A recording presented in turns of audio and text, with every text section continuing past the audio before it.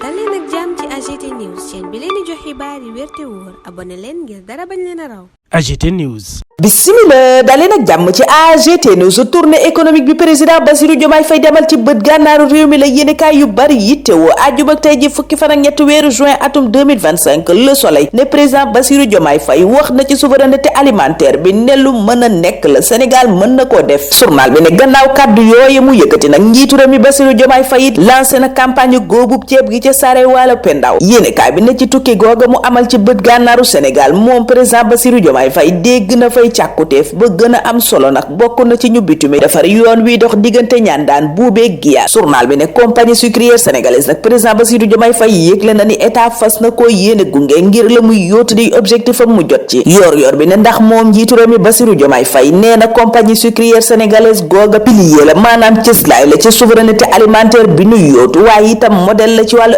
industrialisation tax enquête ne lu jëm ci wàllu souveraineté alimentaire moom président Bassirou Diomaye Faye joxe na tempo ba wone na yoon wi ñuy jaar te mooy sukkandiku ci suuf yi ne ci bët gànnaaru Sénégal ngir jot souveraineté économique waaye itam yokk xëyu ndaw ñi yéenekaay bi ne wone na itam mbégteem moom njiitu réew mi ci production locale bi am maanaam li ñu bay foofee réew mi quotidien ne moom kay satisfaction totale la am moom njiitu réew mi ci production agricole maanaam li ñu bay ci bët gànnaaru Sénégal atum ren gi source a ne jomaa ya ngay surfe ci kaw ceeb beeg suukar si tournée économique gu njiitu réew mi ci bët gànnaaru Sénégal booba lépp yéenekaay tënk ko ca loola Walf Quotidien Glace moom tënk ko ci digge yu saf sàpp ak suukar yu njiitu réew mi Bassirou Diomaye Faye def compagnie sucrière sénégalaise ne dana leen yokk doole ba li ñuy yóotu di seeni objectif ñu mën caa jot Ousmane Sonko waxtu woowa ca Les Échos ma ngay avertir investisseurs étrangers yi naan leen le temps du pillage tranquille et révolu maanaam ñëw ci réew mi rek di sàcc alal nu mu la neexee loola jeex na fi tàkk mu ni Sénégal dootul nekk Eldorado benn entreprise boo xam ne dangay ñëw wut si alal te la war ci wàllu impôt que taxe doo wàccoog moom mu tegal leen ci ne Sénégal du paradis fiscal te jamonoy dil moom weesu nañu ko impunité fiscale it naka noona képp ku fiy liggéey war a fay lempo daa ko fay boo ko defut ñu dal ci sa kaw premier ministre Ousmane Sonko yemul foofa ndax nee na leen it chantage bi ngeen doon def ngir ñëw investir bu ko defee kilifay réew mi gëmm ci impôt yi ngeen waroon fay ba leen yeboo xam ne jeex na loola ku mu naroon a tax a jóg mën ngaa bañ a yegg si Sénégal ca libération it yooyele kaddu yu Ousmane Sonko la ñu yeggee moom Sonko ak naataangoom bu Congo bi di Makoso Le Soleil ne doppe nañu axe Dakar Brazza yéene kaa bi ne suqali nañu jëflante gi fas yéene koo gën a dooleel bokk na nag ci li gënoon a fës ci seeni waxtaan ñoom ñaari premier ministre yooyu yéene cabinet mooy contrat d'affermage ba Sénélec amoon Congo te nu dakkal ko ca Le Quotidien premier ministre bu Congo yi wax ba tey ci contrat wu Sénélec booba ñu dakkal ne ñoom waa Congo danoo jaawale yàkkamtee gaawantu Vox Populi ne waaye ca mooma lépp mbir Dakar ak Brazza bugguñu benn surtension électrique dañoo bëgg lépp leer yéene kaa bi yeggee ñu leeral yi ci Ousmane Sonko ak naataangoom bu Congo indi moom Anatole Colinet Makoso mu ne la waral dëgg-dëgg ñu dakkal booba lépp contrat mooy dañoo am ay jafe-jafe ñoom yu ñu waral lijjanti muy ñeent fukki mesure ak juróom-ñett yu ñu war a jël ndax ba ñu ne contrat booba jox nañu ko Sénélec ñenn ci askan wu Congo danoo mer ba fut wane it seen ñàkk ànd ca moomalek mbir ndax jàpp ne mbiram courant dafa nekk secteur bu ama am solo boo xam ne ku ne danga caa war a moom sa bopp maanaam souveraineté kon gisuñu ñu di ko dénk ñeneen ñoo xam ne duñu waa réew ma mu ne nag loola bu nu ko lijjantee ci seen biir ba noppi ñàkkul danañu waxtaanaat ak Sénélec ngir xool naka la ñuy doxalee booba contrat ñu xaatimoon ak moom Ousmane Sonko feelu ko ne damay insister amul benn annulation marché bu fi am waa Congo am lu ñu bëgg a lijjanti seen biir ba nuppi doog a doxal boobaleb contrat Sonko ca boobaleb yéene kaay it ma nga naan dañoo def njuumte gu rëy ñun waa Afrique te mooy ubbeeku ci ñeneen bàyyi sunu dëkkandoo yi gën a jege te mun a yëfi ni mu war a demee mooy bay ci sa weewu tànk ndax gën a jege gën a yey Le Quotidien waxtu woowa ne Madrid de li muy sori